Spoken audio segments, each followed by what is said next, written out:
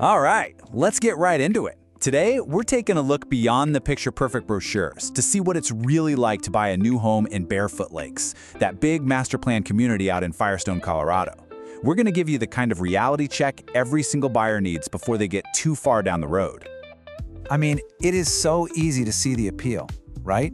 You drive in, you see those lakes, the beautiful amenity centers, all that wide open space, and you are sold on the vision. The whole idea is a brand new home with a lifestyle that feels like you're on a permanent vacation. And let me tell you, it is a powerful and very carefully crafted dream. So let's break down what exactly makes this community so darn attractive on the surface. It really all boils down to the promise of the master plan itself. You know, it's how all these pieces work together that really creates the magic. This isn't just another subdivision. It's designed to be a fully formed environment from the get-go. The whole community is built around these really pretty lakes, all connected by trails. It feels substantial, it feels established, and it promises this amenity-rich lifestyle right from day one. And for a lot of people, the location is a huge plus, making those commutes to places like Longmont or Erie totally manageable. This is the vision that pulls so many people in. And that's the big question, isn't it? It's one thing to fall in love with the dream, but buying a home here involves a very specific process, one that can be pretty different from what you might be expecting. So this brings us to what I like to call the new build reality check. See, buying in a huge phased community like this isn't at all like buying a regular resale home. It kind of operates under a completely different set of rules, and understanding them is absolutely crucial. This slide just lays it all out, doesn't it? The gap between what you expect and what's real. You might walk through a stunning model home and think you have endless design freedom, but the reality is a menu of tightly controlled options.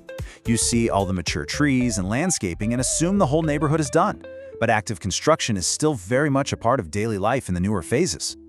And maybe the most important one, buyers expect a fast, predictable timeline and that they can just pick any house they want. But in reality, the builders control everything. They release lots in phases, and those timelines, well, they can often stretch out longer than you'd think. So the bottom line is this: your entire experience really depends on where and when you decide to buy within the community. And the builder's contract? It's almost always going to protect their timeline, not yours. If you happen to see a quick move-in home you like, you have got to act fast because they are rare and they are popular. And thinking long-term, your future resale value isn't just about the house itself, it's about where that house sits. You know, does it back to a busy road or a quiet open space? Those details matter a lot. All right, all of that brings us to maybe the most important and often overlooked factor, the true cost. There's one specific detail that can dramatically change your monthly payment, and believe me, it has nothing to do with the sales price of the home. And that detail is called the Metro District. So what is it? Well, to put it simply, it's a special taxing authority that's created to pay for all that wonderful infrastructure, the roads, the water lines, all the fancy amenities. And that massive cost gets paid back over time by you, the homeowners, through an extra layer of property tax. And this is not some minor detail. This additional tax can fundamentally change the affordability of a home. It is often the single biggest financial surprise for buyers who don't do their homework up front. Just look at this comparison. It makes it crystal clear. We've got two homes, both with the $600,000 purchase price. The mortgage, the regular taxes, the insurance, all identical. But home B, the one in the Metro District, has an extra $300 a month in taxes. That is a difference of thousands of dollars every single year, and that directly impacts your purchasing power and your long-term budget. This quote from our source material really just says it all. You have to figure this cost out before you get emotionally invested. The model home is literally designed to make you fall in love. Your job is to know the real numbers before you even think about signing anything. So with all this information, how in the world do you decide if Barefoot Lakes is actually the right place for you? Let's look at a little framework to help you make that call. This side-by-side is a fantastic tool for a little self-assessment. If you're planning to stay for a while, you'll really use those amenities, and you're okay with builder timelines in an HOA, then hey, this could be a great fit. But on the other hand, if you need to move in like tomorrow, you have a very strict budget, or you want total control over your home's design, you should probably think twice and start exploring some other options. And speaking of other options, it is always smart to understand the competition. Barefoot Lakes doesn't exist in a vacuum, so let's just take a quick peek at the broader landscape.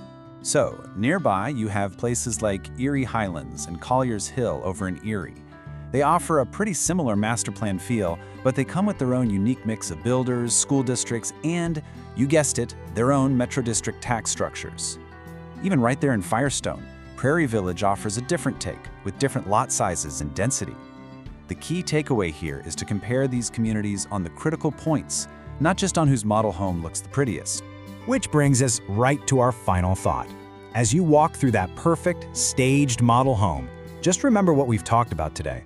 Before you let your imagination run wild, what is the single most important question you must ask to understand the true, total cost of living there?